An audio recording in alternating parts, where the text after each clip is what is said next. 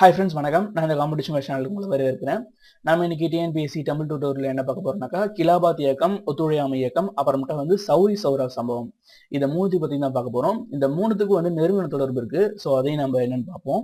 சரி, வாங்க நம்ம லெசனுக்கு போகலாம். ஃபர்ஸ்ட் கிலாபாத் இயக்கம் 1919. ஃபர்ஸ்ட் வேர்ல்டு வார் அப்ப ஜெர்மனியும் துருக்கியும் தோல்வி அடைஞ்சிச்சு. ஸோ இதனால ஒட்டமான் கலிஃபகம், அதாவது துருக்கியை பிரான்சும் பிரிட்டிஷும் பங்கு போட்டுச்சு. இதனால துருக்கிய சுல்தானான கலிஃபா அவமானப்படுத்தப்படுறாரு. இந்த கலிஃபான்றவர் யாருன்னு பார்ப்போம். இந்த கலிஃபான்றவர் நபிகள் நாயகத்துக்கு அப்புறம் இஸ்லாமிய அரச ஆட்சி செலுத்திய தலைவர்கள், அதாவது அவருடைய மத தலைவர்கள், இஸ்லாமோடைய மத தலைவர்கள் இவங்க. சோ கலிஃபாவை அவமானப்படுத்தி அவருடைய பவரை எடுத்தது இஸ்லாமியர்களிடையே கொந்தளிப்பை ஏற்படுத்துச்சு. இதனால அந்த கலிஃபா மீண்டும் தன்னுடைய பவரை திரும்ப பெறணும் அப்படின்றதுக்காக இந்தியாவில அலி சகோதரர்கள், அதாவது முகமது அலி, சௌகத் அலி, இந்த ரெண்டு பேரும் சேர்ந்து கிலாபாத் இயக்கம் அப்படின்னு சொல்லிட்டு ஒரு இயக்கத்தை ஸ்டார்ட் பண்றாங்க. இதுக்கு அபுல் கலாம் ஆசாத் தான் இதை வழி நடத்துறாரு, இந்த இயக்கத்தை வழி நடத்துறாரு. மகாத்மா காந்தியும் இந்த இயக்கத்துக்கு ஆதரவு தெரிவிக்கிறாரு. ஏன்னாக்கா இது ஒரு இந்து இஸ்லாமியர் ஒற்றுமைக்கு இது ஒரு பாலமா இருக்கும் இந்த இயக்கம் அப்படின்னு சொல்லிட்டு அவரு நம்புறாரு. சோ இவரு அதுக்கு இவரு ஆதரவு தெரிவிச்சாரு. இது நாளடைவுல இது ஒத்துழையாமை இயக்கத்தோட கலந்து போச்சு. இந்த கிலாபாத் இயக்கமும் ஒத்துழையாமை இயக்கமும் ஒன்னாயிடுச்சு. நெக்ஸ்ட் ஒத்துழையாமை இயக்கம் 1920 காங்கிரஸ் தலைவரான பாலகங்காதர திலகர் மறைவுக்கு அப்புறம் காந்தி காங்கிரஸோட தலைவரா வர்றாரு. சோ 1920 அப்புறம் காந்தியன் இரா, காந்திய காலம் அப்படின்னு சொல்லிட்டு அழைக்கப்படுது. இது காந்தி காங்கிரஸ் தலைவரா மாறினது மக்களிடையே ஒரு புது உத்வேகத்தையும் விழிப்புணர்வையும் ஏற்படுத்துச்சு. சுதந்திரம் எந்த அளவுக்கு முக்கியம் அப்படின்ற ஒரு விழிப்புணர்வு மக்களுக்கு ஏற்பட்டுச்சு. காந்தியோட கொள்கை என்னன்னாக்கா ஃபுல்லா அகிம்சை, உண்மை. சோ இதை பேஸ் பண்ணி தான் அவருடைய போராட்டங்கள் எல்லாமே இருந்துச்சு. அது முக்கியமா சத்தியாகிரகம்.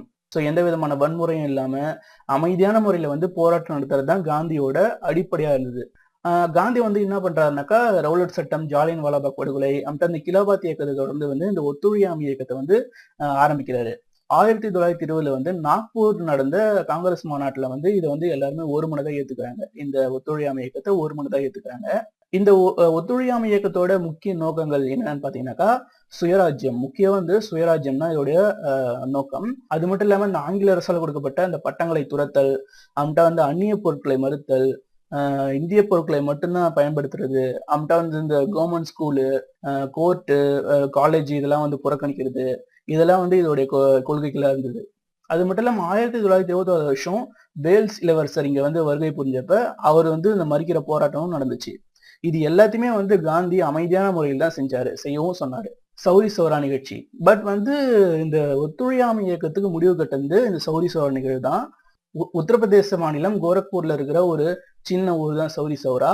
சோ இங்க என்னாச்சுனாக்கா ஒரு 1000 விவசாயிகள் பங்கேற்ற ஒரு பேரணி நடந்துச்சு. பட் பிரிட்டிஷ் கவர்மெண்ட் என்ன பண்ணுச்சுனாக்கா இந்த பேரணியை தடுக்கணுன்றதுக்காக துப்பாக்கி சூடு நடத்தினாங்க. அந்த துப்பாக்கி சூடுல என்னாச்சுனாக்கா 3 பேர் இறந்துட்டாங்க. அதனால ஒரு கூட்டம் பிப்ரவரி 5, 1922 அங்க இருக்கிற அந்த கோரக்பூர்ல அந்த சௌரி சௌரான்ற இடத்துல இருக்கிற ஒரு காவல் நிலையத்தை எரிச்சிட்டாங்க. இதுல 22 காவலர்கள் உயிரோடு கொல்லப்பட்டுட்டாங்க. சோ இந்த ஒரு நிகழ்ச்சி மொத்த சுச்சுவேஷனுமே மாத்திடுச்சு. சோ காந்தி என்ன பண்ணாருனாக்கா 1922 பிப்ரவரி 11 இந்த ஒத்துழையாமை இயக்கத்தை ஸ்டாப் பண்ணிட்டாரு, நிறுத்திட்டாரு. இந்த ஒரு ரீசன்னாலேயே. ஓகே ஃப்ரெண்ட்ஸ், இந்த லெசன் உங்களுக்கு புரிஞ்சிருக்குன்னு நினைக்கிறேன். மேலும் இந்த மாதிரி லெசன் வேணும்னாக்கா இந்த சேனலை கண்டிப்பா சப்ஸ்கிரைப் பண்ணுங்க. சோ இந்த லெசன்ல ஏதாச்சும் தப்பு இருந்தாலும் எனக்கு கமெண்ட் பண்ணுங்க. நன்றி.